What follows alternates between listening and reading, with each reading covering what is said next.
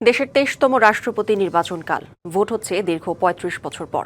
দুপুর ২টা থেকে বিকেল ৫টা পর্যন্ত সংসদের অধিবেশন কক্ষে প্রকাশ্য ব্যালটের এই ভোট সরাসরি সম্প্রচার হবে। সিইসির আশা, জুলাই গণঅভ্যুত্থান পরবর্তী সময়ে এমন নির্বাচন গুরুত্বপূর্ণ ভূমিকা রাখবে।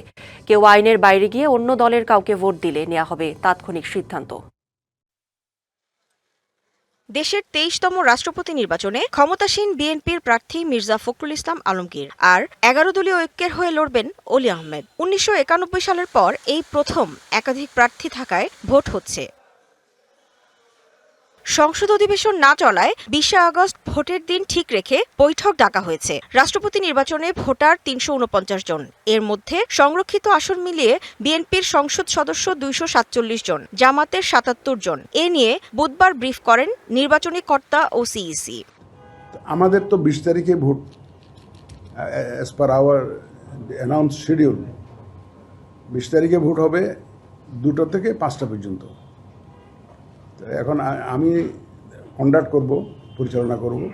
এখানে আমাদের মহামান্য রাষ্ট্রপতিও একজন ভোটার বর্তমান, আমাদের মাননীয় প্রধানমন্ত্রী ভোটার, তারপরে আমাদের মাননীয় স্পিকার ভোটার, তারপরে আমাদের মাননীয় বিরোধী দলের নেতাও ভোটার, আর সব এমপি তো ভোটার আছে, সব হুইপেরা ভোটার।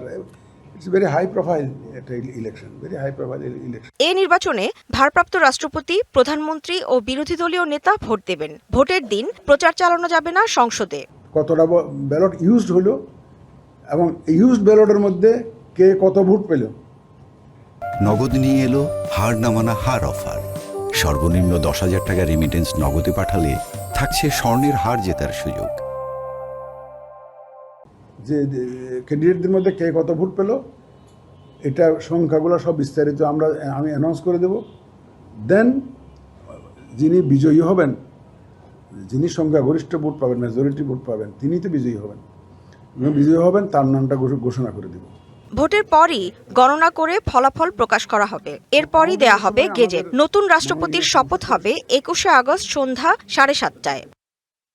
গেল ২৪শে জুলাই রাষ্ট্রপতির পদ ছাড়েন মোহাম্মদ শাহাবুদ্দিন। এরপর ভারপ্রাপ্ত রাষ্ট্রপতির দায়িত্ব নেন জাতীয় সংসদের স্পিকার হাফিজ উদ্দিন আহমেদ।